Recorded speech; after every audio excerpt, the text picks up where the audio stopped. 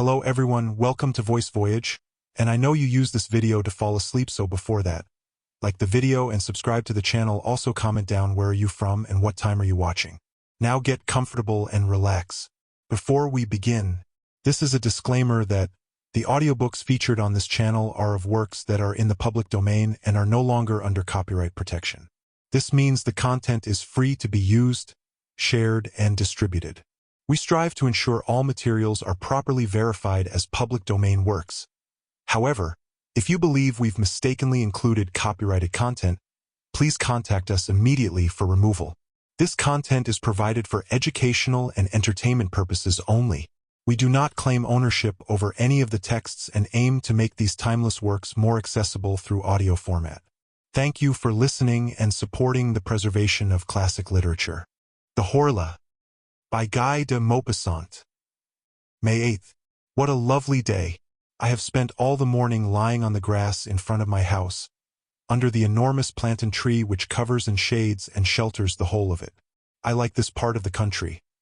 I am fond of living here because I am attached to it by deep roots, the profound and delicate roots which attach a man to the soil on which his ancestors were born and died, to their traditions, their usages, their food, the local expressions, the peculiar language of the peasants, the smell of the soil, the hamlets, and to the atmosphere itself.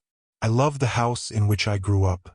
From my windows I can see the Seine which flows by the side of my garden, on the other side of the road, almost through my grounds, the great and wide Seine which goes to Rouen and Havre, and which is covered with boats passing to and fro. On the left, down yonder, lies Rouen, populous Rouen with its blue roofs massing under pointed, Gothic towers. Innumerable are they, delicate or broad, dominated by the spire of the cathedral, full of bells which sound through the blue air on fine mornings, sending their sweet and distant iron clang to me. Their metallic sounds, now stronger and now weaker, according as the wind is strong or light. What a delicious morning it was! About 11 o'clock, a long line of boats drawn by a steam tug, as big a fly, and which scarcely puffed while emitting its thick smoke, passed my gate. After two English schooners, whose red flags fluttered toward the sky, there came a magnificent Brazilian three-master. It was perfectly white and wonderfully clean and shining. I saluted it, I hardly know why, except that the sight of the vessel gave me great pleasure. May 12th. I have had a slight feverish attack for the last few days, and I feel ill, or rather I feel low-spirited. Whence come those mysterious influences which change our happiness into discouragement, and our self-confidence into diffidence? One might almost say that the air, the invisible air, is full of unknowable forces, whose mysterious presence we have to endure. I wake up in the best of spirits, with an inclination to sing in my heart. Why?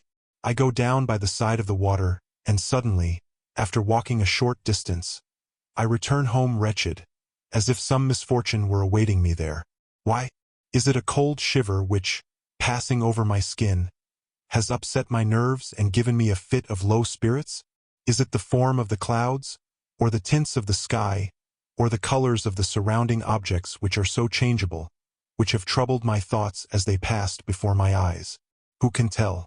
Everything that surrounds us, everything that we see without looking at it, everything that we touch without knowing it, everything that we handle without feeling it, everything that we meet without clearly distinguishing it, has a rapid, surprising, and inexplicable effect upon us and upon our organs, and through them on our ideas and on our being itself. How profound that mystery of the invisible is! We cannot fathom it with our miserable senses. Our eyes are unable to perceive what is either too small or too great, too near to or too far from us. We can see neither the inhabitants of a star nor of a drop of water. Our ears deceive us, for they transmit to us the vibrations of the air in sonorous notes. Our senses are fairies who work the miracle of changing that movement into noise, and by that metamorphosis give birth to music, which makes the mute agitation of nature a harmony. So with our sense of smell, which is weaker than that of a dog, and so with our sense of taste, which can scarcely distinguish the age of a wine. Oh, if we only had other organs which could work other miracles in our favor, what a number of fresh things we might discover around us. May 16th. I am ill, decidedly. I was so well last month. I am feverish, horribly feverish, or rather I am in a state of feverish enervation, which makes my mind suffer as much as my body. I have without ceasing the horrible sensation of some danger threatening me, the apprehension of some coming misfortune or of approaching death, a presentiment which is no doubt, an attack of some illness still unnamed, which germinates in the flesh and in the blood. May 18th. I have just come from consulting my medical man, for I can no longer get any sleep. He found that my pulse was high, my eyes dilated, my nerves highly strung, but no alarming symptoms. I must have a course of shower baths and of bromide of potassium. May 25th. No change. My state is really very peculiar. As the evening comes on, an incomprehensible feeling of disquietude seizes me, just as if night concealed some terrible menace toward me. I dine quickly, and then try to read, but I do not understand the words, and can scarcely distinguish the letters. Then I walk up and down my drawing room, oppressed by a feeling of confused and irresistible fear, a fear of sleep and a fear of my bed. About 10 o'clock I go up to my room. As soon as I have entered I lock and bolt the door. I am frightened of what? Up till the present time I have been frightened of nothing. I open my cupboards and look under my bed. I listen to what? How strange it is that a simple feeling of discomfort, of impeded or heightened circulation, perhaps the irritation of a nervous center, a slight congestion, a small disturbance in the imperfect and delicate functions of our living machinery, can turn the most light-hearted of men into a melancholy one and make a coward of the bravest. Then I go to bed, and I wait for sleep as a man might wait for the executioner. I wait for its coming with dread, and my heart beats and my legs tremble, while my whole body shivers beneath the warmth of the bedclothes, until the moment when I suddenly fall asleep, as a man throws himself into a pool of stagnant water in order to drown. I do not feel this perfidious sleep coming over me as I used to, but a sleep which is close to me and watching me, which is going to seize me by the head, to close my eyes and annihilate me. I sleep a long time, 2 or 3 hours perhaps, then a dream, no, a nightmare lays hold on me. I feel that I am in bed and asleep. I feel it and I know it, and I feel also that somebody is coming close to me, is looking at me, touching me, is getting onto my bed, is kneeling on my chest, is taking my neck between his hands and squeezing it with all his might in order to strangle me. I struggle, bound by that terrible powerlessness which paralyzes us in our dreams. I try to cry out, but I cannot. I want to move, I cannot. I try, with the most violent efforts and out of breath, to turn over and throw off this being which is crushing and suffocating me. I cannot. And then suddenly I wake up, shaken and bathed in perspiration. I light a candle and find that I am alone, and after that crisis, which occurs every night, I at length fall asleep and slumber tranquilly till morning. June 2nd. My state has grown worse. What is the matter with me? The bromide does me no good, and the shower baths have no effect whatever. Sometimes, in order to tire myself out, though I am fatigued enough already, I go for a walk in the forest of Remare.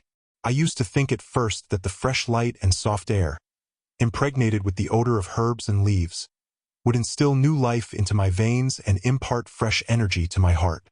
One day I turned into a broad ride in the wood, and then I diverged toward La Boule, through a narrow path, between 2 rows of exceedingly tall trees, which placed a thick, green, almost black roof between the sky and me. A sudden shiver ran through me, not a cold shiver, but a shiver of agony, and so I hastened my steps, uneasy at being alone in the wood, frightened stupidly and without reason, at the profound solitude. Suddenly it seemed as if I were being followed, that somebody was walking at my heels, close, quite close to me, near enough to touch me. I turned round suddenly, but I was alone.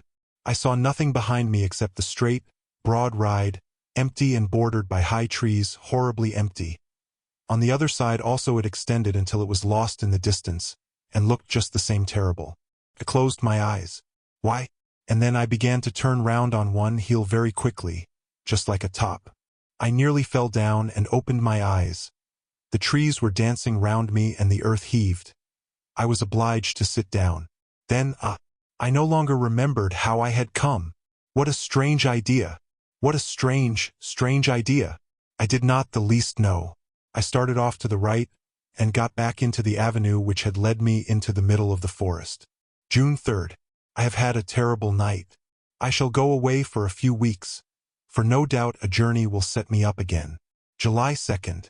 I have come back, quite cured, and have had a most delightful trip into the bargain. I have been to Mont Saint-Michel, which I had not seen before. What a sight, when one arrives as I did, at Avranches toward the end of the day. The town stands on a hill, and I was taken into the public garden at the extremity of the town. I uttered a cry of astonishment. An extraordinarily large bay lay extended before me, as far as my eyes could reach, between two hills which were lost to sight in the mist. And in the middle of this immense yellow bay, under a clear, golden sky, a peculiar hill rose up, somber and pointed in the midst of the sand. The sun had just disappeared, and under the still flaming sky stood out the outline of that fantastic rock which bears on its summit a picturesque monument. At daybreak I went to it. The tide was low, as it had been the night before, and I saw that wonderful abbey rise up before me as I approached it. After several hours walking, I reached the enormous mass of rock which supports the little town, dominated by the great church. Having climbed the steep and narrow street, I entered the most wonderful Gothic building that has ever been erected to God on earth, large as a town, and full of low rooms which seem buried beneath vaulted roofs, and of lofty galleries supported by delicate columns. I entered this gigantic granite jewel, which is as light in its effect as a bit of lace and is covered with towers, with slender belfries to which spiral staircases ascend. The flying buttresses raise strange heads that bristle with chimeras, with devils, with fantastic animals, with monstrous flowers, are joined together by finely carved arches, to the blue sky by day, and to the black sky by night. When I had reached the summit, I said to the monk who accompanied me, "Father, how happy you must be here!" And he replied, "It is very windy, monsieur." And so we began to talk while watching the rising tide, which ran over the sand and covered it with a steel cuirass. And then the monk told me stories, all the old stories belonging to the place, legends, nothing but legends. One of them struck me forcibly. The country people, those belonging to the Mornet, declare that at night one can hear talking going on in the sand, and also that two goats bleat, one with a strong, the other with a weak voice. Incredulous people declare that it is nothing but the screaming of the sea birds, which occasionally resembles bleatings, and occasionally human lamentations. But belated fishermen swear that they have met an old shepherd, whose cloak-covered head they can never see, wandering on the sand, between two tides, round the little town placed so far out of the world. They declare he is guiding and walking before a he-goat with a man's face and a she-goat with a woman's face, both with white hair, who talk incessantly, quarreling in a strange language, and then suddenly cease talking in order to bleat with all their might. "Do you believe it?" I asked the monk. "I scarcely know," he replied, and I continued, "If there are other beings besides ourselves on this earth, how comes it that we have not known it for so long a time, or why have you not seen them?" "How is it that I have not seen them?" he replied. "Do we see the 100,000th part of what exists? Look here. There is the wind, which is the strongest force in nature. It knocks down men, and blows down buildings, uproots trees, raises the sea into mountains of water, destroys cliffs and casts great ships onto the breakers. It kills, it whistles, it sighs, it roars. But have you ever seen it, and can you see it? Yet it exists for all that." I was silent before this simple reasoning. That man was a philosopher or perhaps a fool. I could not say which exactly, so I held my tongue. What he had said had often been in my own thoughts. July 3rd. I have slept badly. Certainly there is some feverish influence here, for my coachman is suffering in the same way as I am. When I went back home yesterday, I noticed his singular paleness, and I asked him, "What is the matter with you, Jean?" "The matter is that I never get any rest, and my nights devour my days. Since your departure, monsieur, there has been a spell over me. However, the other servants are all well, but I am very frightened of having another attack myself." July 4th. I am decidedly taken again, for my old nightmares have returned. Last night I felt somebody leaning on me who was sucking my life from between my lips with his mouth. Yes, he was sucking it out of my neck like a leech would have done. Then he got up, satiated, and I woke up, so beaten, crushed, and annihilated that I could not move. If this continues for a few days, I shall certainly go away again. July 5th. Have I lost my reason? What has happened? What I saw last night is so strange that my head wanders when I think of it. As I do now every evening, I had locked my door. Then, being thirsty, I drank half a glass of water, and I accidentally noticed that the water bottle was full up to the cut glass stopper. Then I went to bed and fell into one of my terrible sleeps, from which I was aroused in about 2 hours by a still more terrible shock. Picture to yourself a sleeping man who is being murdered, who wakes up with a knife in his chest, a gurgling in his throat, is covered with blood, can no longer breathe, is going to die, and does not understand anything at all about it. There you have it. Having recovered my senses, I was thirsty again. So I lighted a candle and went to the table on which my water bottle was. I lifted it up and tilted it over my glass, but nothing came out. It was empty. It was completely empty. At first I could not understand it at all. Then suddenly I was seized by such a terrible feeling that I had to sit down, or rather fall into a chair. Then I sprang up with a bound to look about me. Then I sat down again, overcome by astonishment and fear, in front of the transparent crystal bottle. I looked at it with fixed eyes, trying to solve the puzzle, and my hands trembled. Somebody had drunk the water. But who? I without any doubt. Could surely only be I? In that case I was a somnambulist, was living, without knowing it, that double mysterious life which makes us doubt whether there are not two beings in us, whether a strange, unknowable, and invisible being does not, during our moments of mental and physical torpor, animate the inert body, forcing it to a more willing obedience than it yields to ourselves. Oh, who will understand my horrible agony? Who will understand the emotion of a man sound in mind, wide awake, full of sense, who looks in horror at the disappearance of a little water while he was asleep, through the glass of a water bottle? And I remained sitting until it was daylight, without venturing to go to bed again. July 6th. I am going mad. Again, all the contents of my water bottle have been drunk during the night. Or rather, I have drunk it. But is it I? Is it I? Who could it be? Who? Oh, God! Am I going mad? Who will save me? July 10th. I have just been through some surprising ordeals. Undoubtedly, I must be mad. And yet, on July 6th, before going to bed, I put some wine, milk, water, bread, and strawberries on my table. Somebody drank, I drank, all the water and a little of the milk, but neither the wine, nor the bread, nor the strawberries were touched.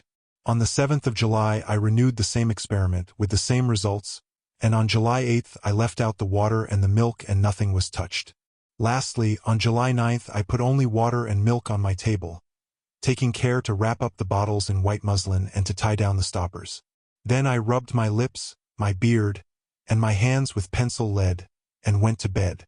Deep slumber seized me, soon followed by a terrible awakening.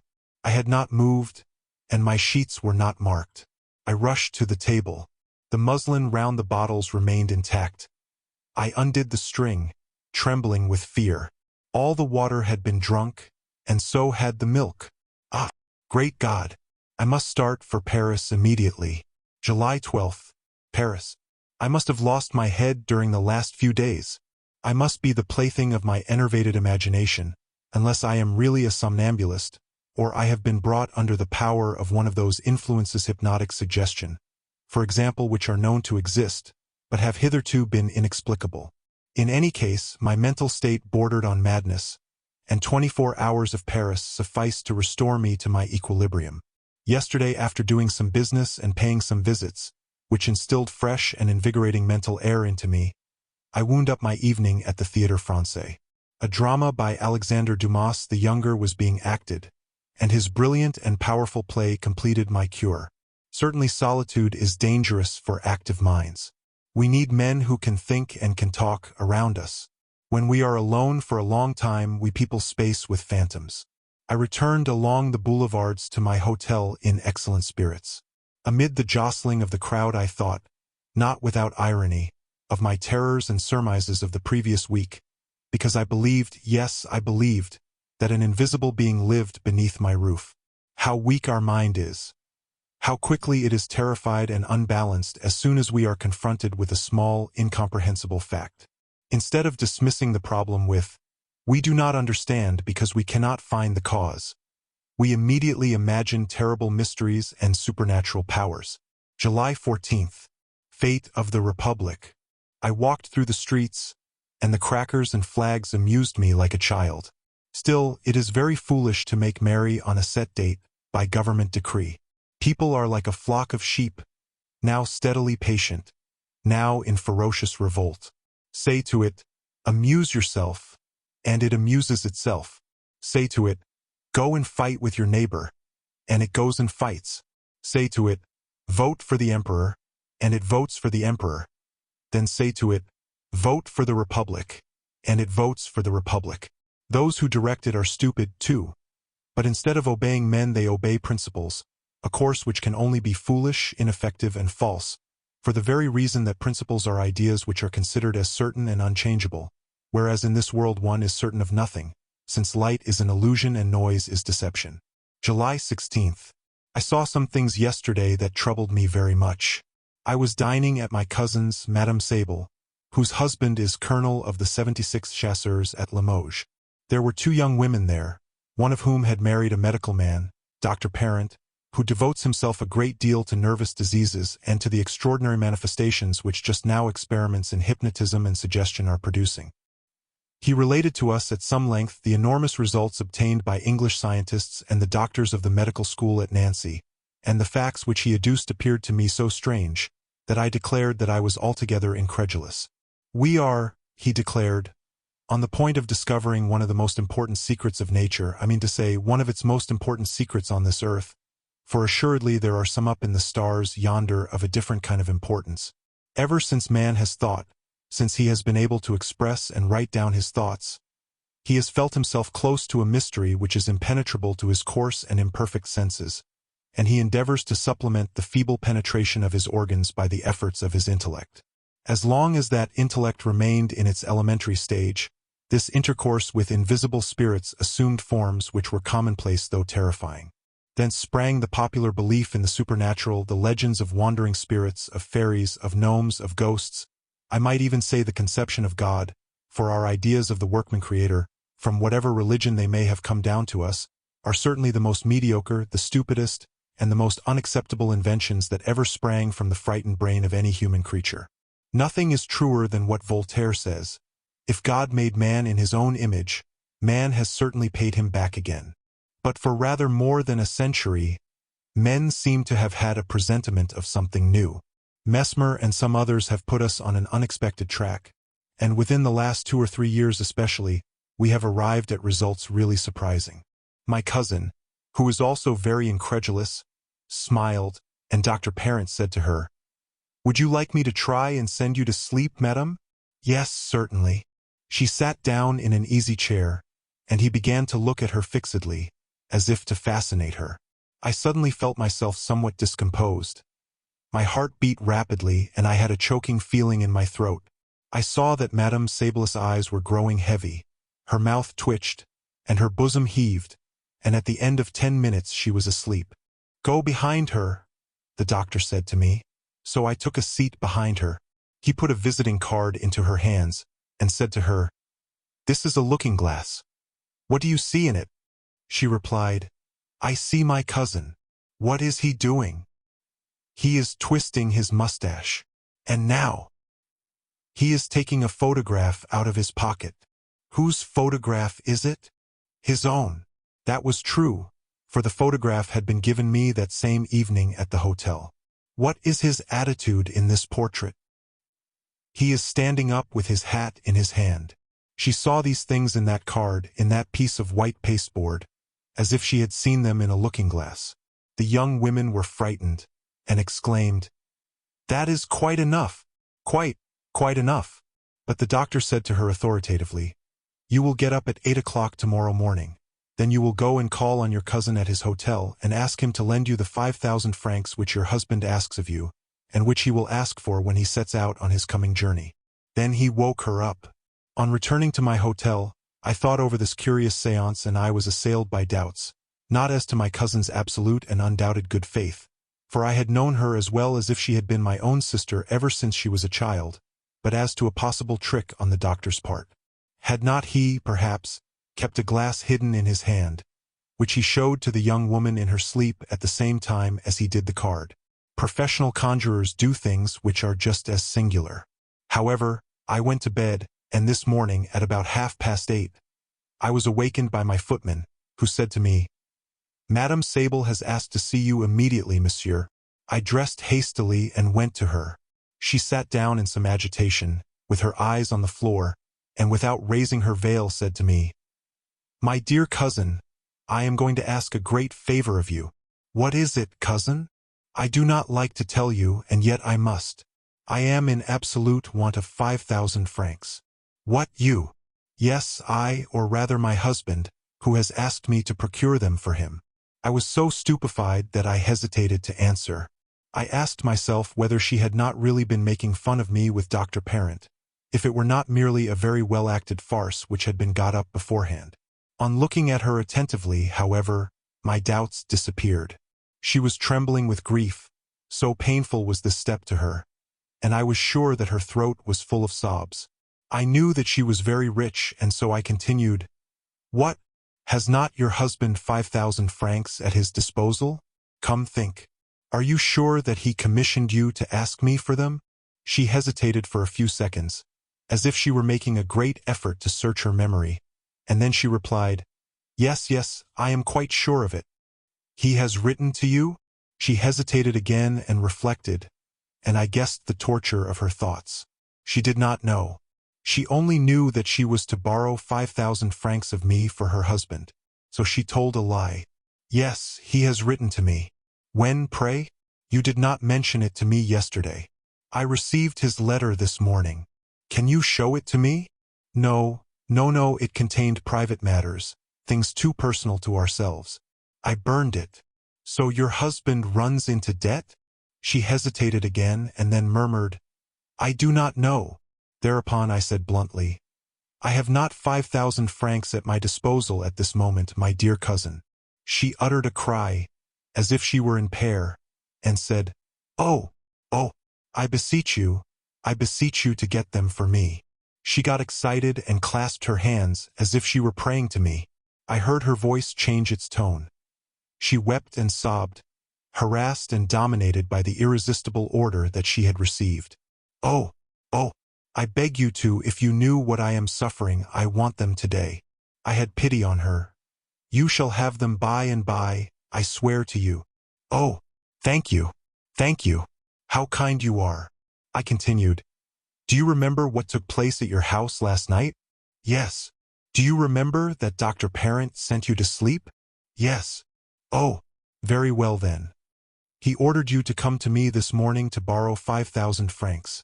And at this moment you are obeying that suggestion." She considered for a few moments and then replied, "But as it is my husband who wants them." For a whole hour I tried to convince her, but could not succeed, and when she had gone I went to the doctor. He was just going out, and he listened to me with a smile and said, "Do you believe now?" "Yes, I cannot help it. Let us go to your cousin's." She was already resting on a couch, overcome with fatigue. The doctor felt her pulse, looked at her for some time with one hand raised toward her eyes, which she closed by degrees under the irresistible power of this magnetic influence. When she was asleep, he said, "Your husband does not require the 5,000 francs any longer. You must, therefore, forget that you asked your cousin to lend them to you, and, if he speaks to you about it, you will not understand him." Then he woke her up, and I took out a pocketbook and said, "Here is what you asked me for this morning, my dear cousin." But she was so surprised that I did not venture to persist. Nevertheless, I tried to recall the circumstance to her, but she denied it vigorously, thought that I was making fun of her, and in the end very nearly lost her temper. There, I have just come back, and I have not been able to eat any lunch, for this experiment has altogether upset me. July 19th. Many people to whom I have told the adventure have laughed at me. I no longer know what to think. The wise man says, perhaps. July 21st. I dined at Bougival, and then I spent the evening at a boatman's ball. Decidedly, everything depends on place and surroundings.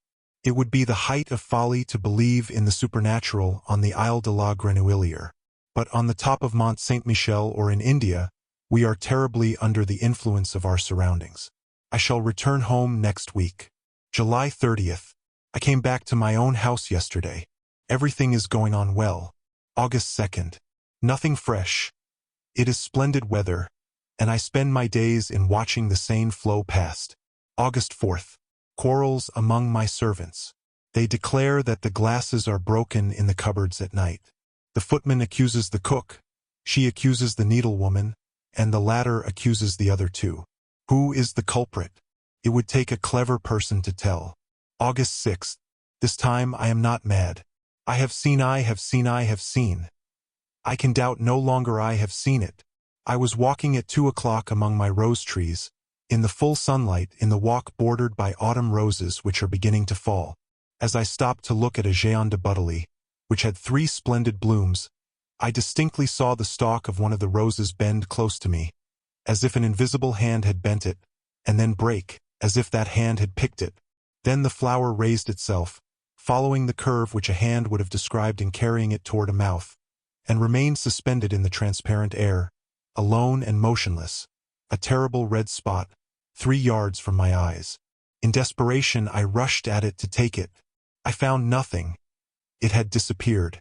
Then I was seized with furious rage against myself, for it is not wholesome for a reasonable and serious man to have such hallucinations. But was it a hallucination? I turned to look for the stalk, and I found it immediately under the bush, freshly broken, between the 2 other roses which remained on the branch. I returned home, then with a much disturbed mind. For I am certain now, certain as I am of the alternation of day and night, that there exists close to me an invisible being who lives on milk and on water, who can touch objects, take them and change their places, who is, consequently, endowed with a material nature, although imperceptible to sense, and who lives as I do under my roof. August 7th. I slept tranquilly. He drank the water out of my decanter, but did not disturb my sleep. I ask myself whether I am mad. As I was walking just now in the sun by the riverside, doubts as to my own sanity arose in me. Not vague doubts such as I have had hitherto, but precise and absolute doubts. I have seen mad people, and I have known some who were quite intelligent, lucid, even clear-sighted in every concern of life, except on one point. They could speak clearly, readily, profoundly on everything, till their thoughts were caught in the breakers of their delusions and went to pieces there, were dispersed and swamped in that furious and terrible sea of fogs and squalls which is called madness. I certainly should think that I was mad, absolutely mad, if I were not conscious that I knew my state, if I could not fathom it and analyze it with the most complete lucidity. I should, in fact, be a reasonable man laboring under a hallucination.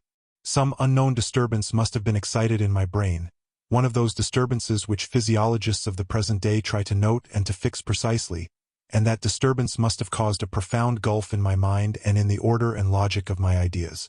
Similar phenomena occur in dreams, and lead us through the most unlikely phantasmagoria, without causing us any surprise, because our verifying apparatus and our sense of control have gone to sleep, while our imaginative faculty wakes and works.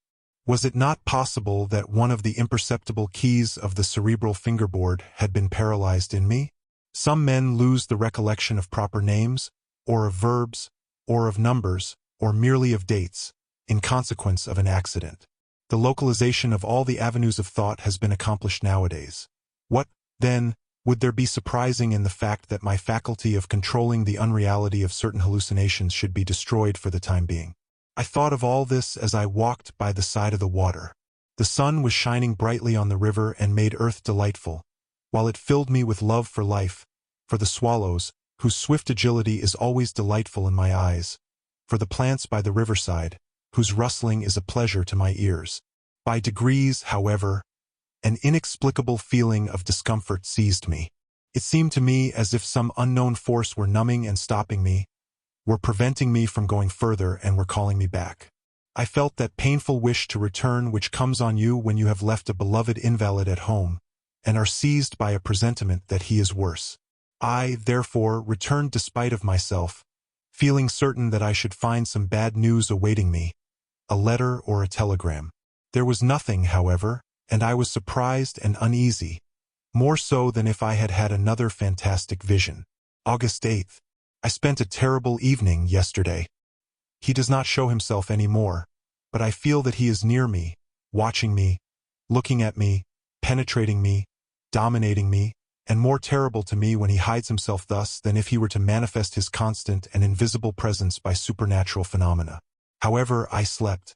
August 9th. Nothing, but I am afraid. August 10th. Nothing. But what will happen tomorrow? August 11th. Still nothing. I cannot stop at home with this fear hanging over me and these thoughts in my mind. I shall go away. August 12th. 10 o'clock at night. All day long I have been trying to get away, and have not been able. I contemplated a simple and easy act of liberty. A carriage ride to Rouen. I have not been able to do it. What is the reason? August 13th.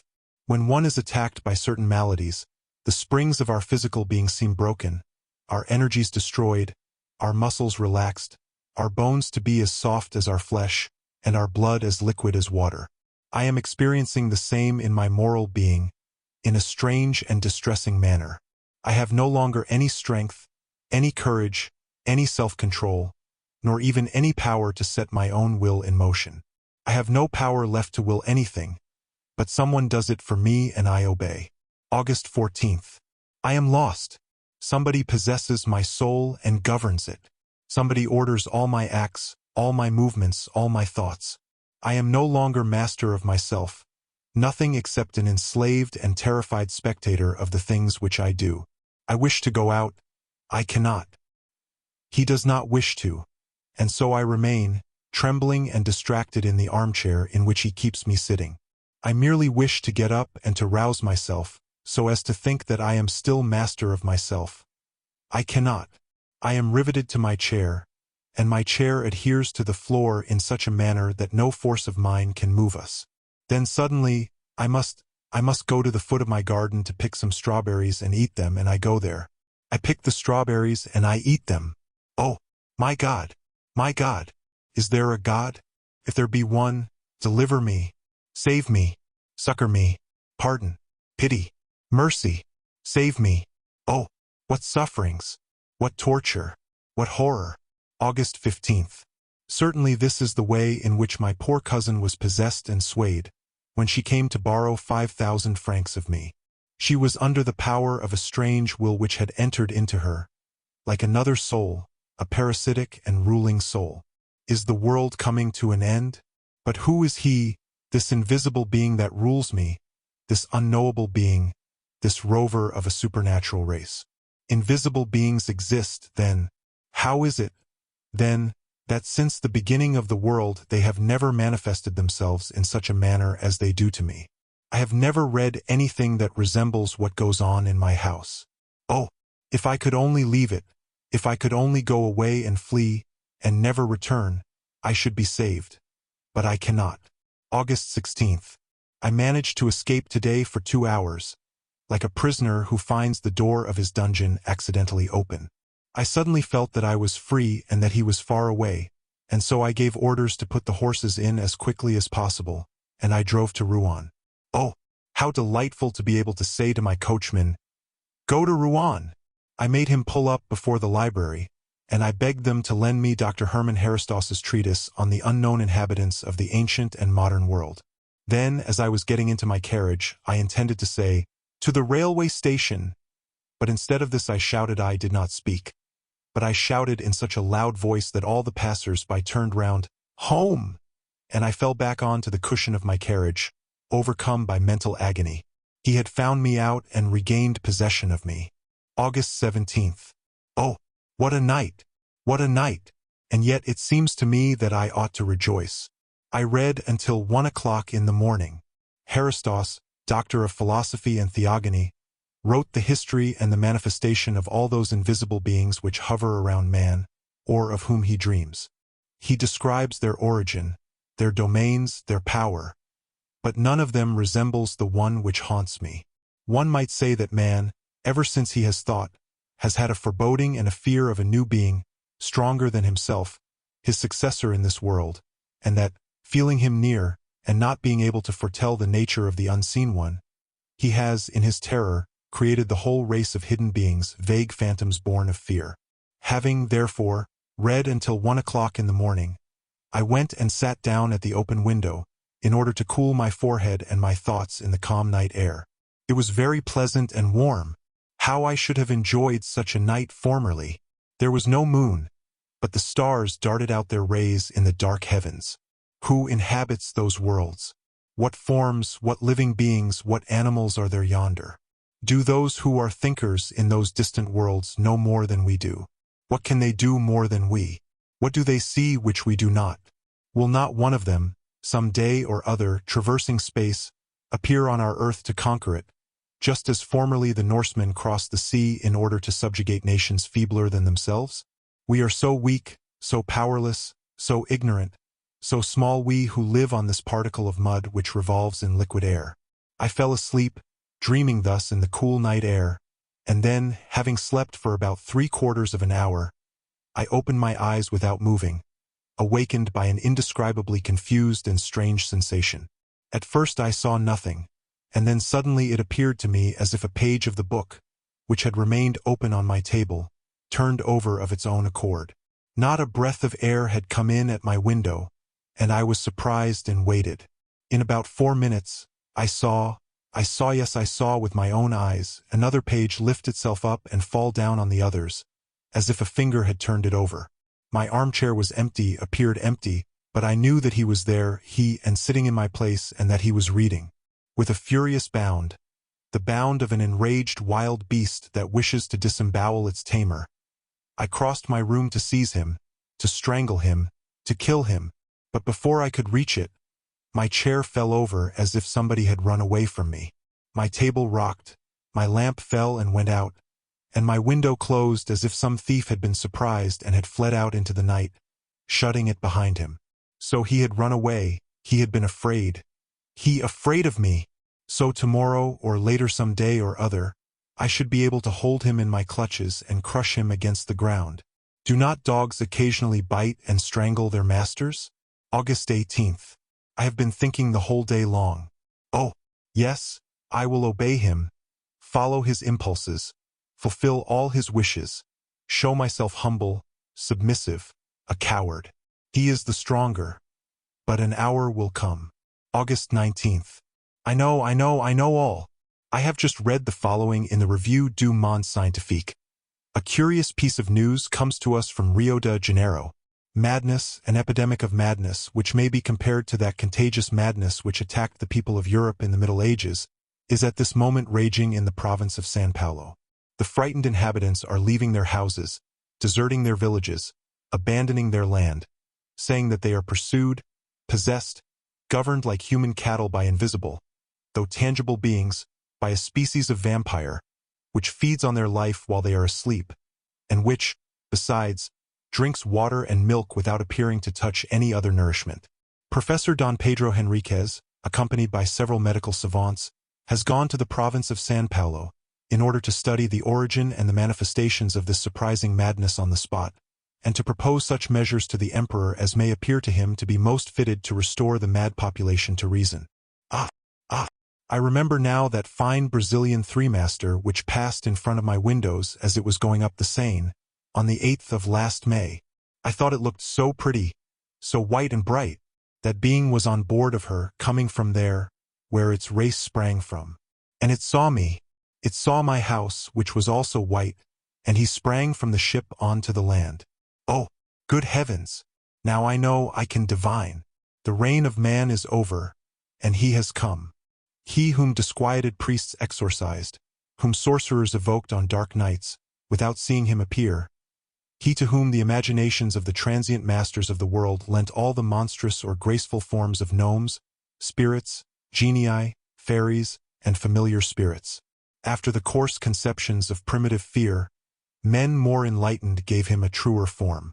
Mesmer divined him, and 10 years ago physicians accurately discovered the nature of his power, even before he exercised it himself. They played with that weapon of their new lord, the sway of a mysterious will over the human soul, which had become enslaved. They called it mesmerism, hypnotism, suggestion, I know not what. I have seen them diverting themselves like rash children with this horrible power. Woe to us! Woe to man! He has come, The what does he call himself? The I fancy that he is shouting out his name to me and I do not hear him. The yes, he is shouting it out. I am listening. I cannot repeat it. Horla, I have heard. The Horla, it is he. The Horla, he has come. I, the vulture has eaten the pigeon. The wolf has eaten the lamb. The lion has devoured the sharp-horned buffalo. Man has killed the lion with an arrow, with a spear, with gunpowder. But the Horla will make of man what man has made of the horse and of the ox. His chattel, his slave, and his food by the mere power of his will. Woe to us! But, nevertheless, sometimes the animal rebels and kills the man who has subjugated it. I should also like I shall be able to, but I must know him, touch him, see him. Learned men say that eyes of animals, as they differ from ours, do not distinguish as ours do. And my eye cannot distinguish this newcomer who is oppressing me. Why? Oh, now I remember the words of the monk at Mont Saint-Michel. Can we see the 100,000th part of what exists? Listen, there is the wind which is the strongest force in nature. It knocks men down, blows down buildings, uproots trees, raises the sea into mountains of water, destroys cliffs, and casts great ships onto the breakers. It kills, it whistles, it sighs, it roars. Have you ever seen it, and can you see it? It exists for all that, however. And I went on thinking. My eyes are so weak, so imperfect, that they do not even distinguish hard bodies, if they are as transparent as glass. If a glass without quicksilver behind it were to bar my way, I should run into it, just like a bird which has flown into a room breaks its head against the window panes. 1,000 things, moreover, deceive a man and lead him astray. How then is it surprising that he cannot perceive a new body which is penetrated and pervaded by the light? A new being. Why not? It was assuredly bound to come. Why should we be the last? We do not distinguish it, like all the others created before us. The reason is that its nature is more delicate, its body finer and more finished than ours. Our makeup is so weak, so awkwardly conceived.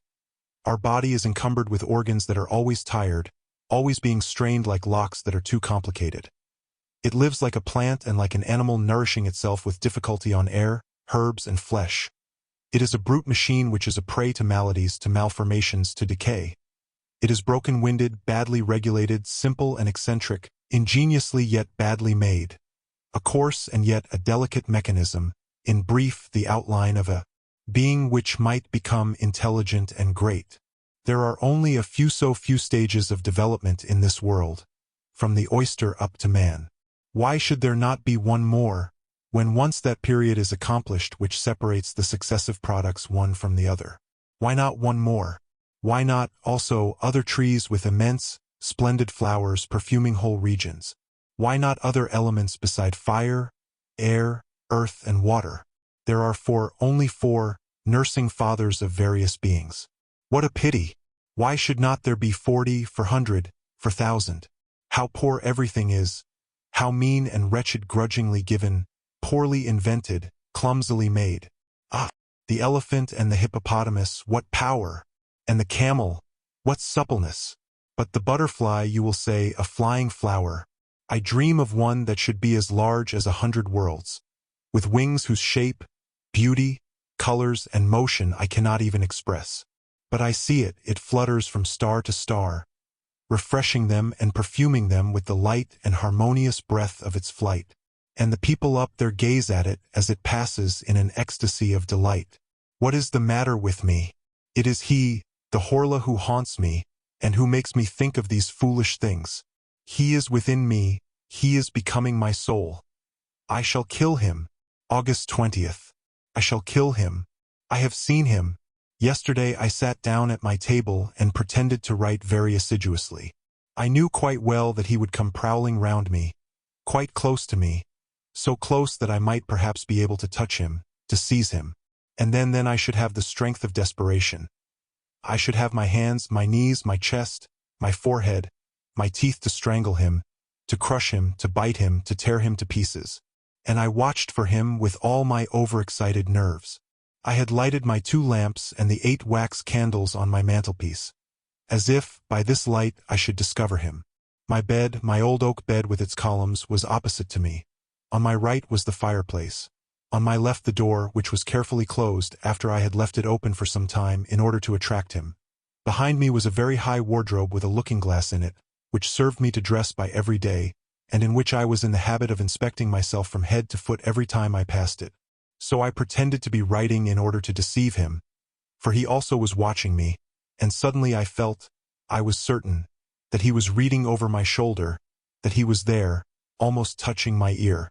I got up so quickly, with my hands extended, that I almost fell. Horror! It was as bright as at midday, but I did not see myself in the glass. It was empty, clear, profound, full of light, but my figure was not reflected in it, and I was opposite to it. I saw the large, clear glass from top to bottom, and I looked at it with unsteady eyes. I did not dare advance. I did not venture to make a movement, feeling certain, nevertheless, that he was there, but that he would escape me again, he whose imperceptible body had absorbed my reflection. How frightened I was!